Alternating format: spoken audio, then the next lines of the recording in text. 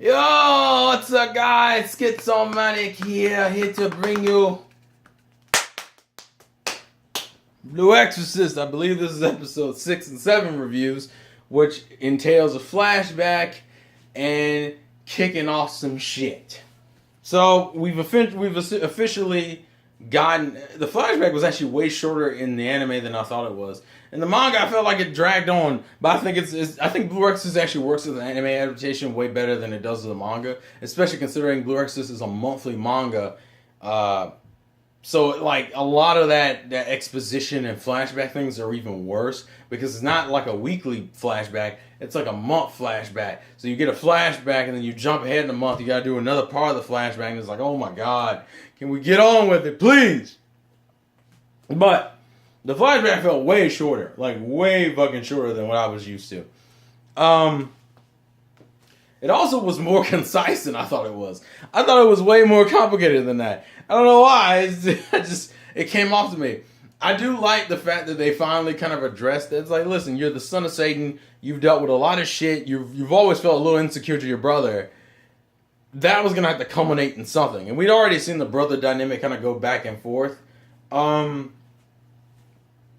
I like it was kind of like finally addressed it. Like Ren is scared. He has doubts. He's not confident in his situation, and he doesn't feel like he's starting to get the feeling that, you know, because it's a growing moment for him because he finally starts realizing, man, I need to start getting better. Like, and it's kind of like that moment because I think, and it happens in every Shonen Jump anime where a character fucking gets curb stomped. The only difference here is that it's not really a curb stomp in the sense of him getting his ass whooped. It's more of a curb stomp in like, you fucked up again. You fucked up again and somehow it's not working out this time. That's what it feels like. It's also interesting, and it's not really surprising that Shamey's the one who has to kind of knock some sense back into him. It is surprising how fast-paced it is, because usually on any other show, it would be this long, dragged-out fucking conversation of how important he is. Like, pretty much, and they still do it. The pseudo-love tension going on right now, and then like, oh, but I care about you in a platonic way. So come out here and help save the world. We also get the truth with the Impure King and how you pronounce her name? Muramashi? I think this Muramashi got tricked. Why did they do this to the girls, dog? Why all the girls gotta get tricked? They always do this shit. And we finally kind of get an understanding of why Tatsuma's been hiding everything from his son and from the rest of his family. Because he needs to. If he doesn't, then the demon doesn't have any power, and that's the whole point of his pact.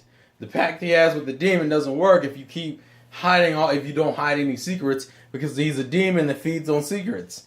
Although it's weird to see that damn thing, literally it was introduced and eaten in like the course of the same episode. It's fucking great. But as you can see, shit's about to come to a head, because Toto is now all regenerated and shit. He's powered up. He's powered up, I guess.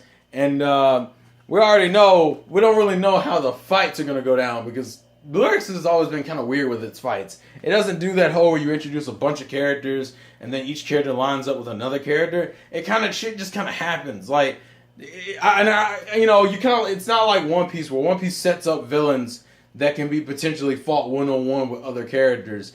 Blue Exorcist just kind of throws out like a really shitty situation and the craziness of it, and you get kind of a variation of how the fights are going to go. Some characters don't get to fight at all, or some characters do different, or have completely different roles in those fights. But the cool thing is that it keeps you guessing because you don't know what the fuck is about to happen.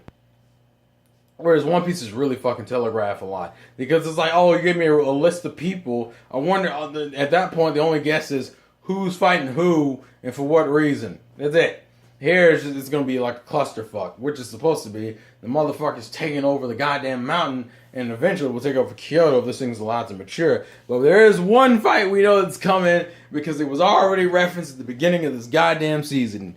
And that is Yukio versus Toto. Because there's some words that need to be exchanged, and somebody got to pull out the gun. It's weird to say that one of your main characters uses a gun and like that's his main form of attacking. It's crazy. But Yu-Gi-Oh is a savage in certain situations, so this shit should be good. Like, no bullshit. This should be some good shit. That's granted the main thing. I mean, obviously we've gotten to the.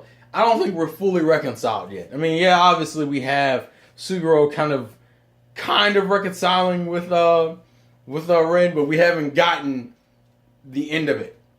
We've just gotten past the rough spots. Like, everybody else seems good. Bone still has his little issues. This is just him being tsundere as fuck, which is fucking funny. But at some point, I can see why. If anyone's shipping Bond and Ren together, I can totally see why. It's fucking. I feel like the mangaka, who is also a girl, is shipping Bond and Ren together in some ways. Because it's just like this little.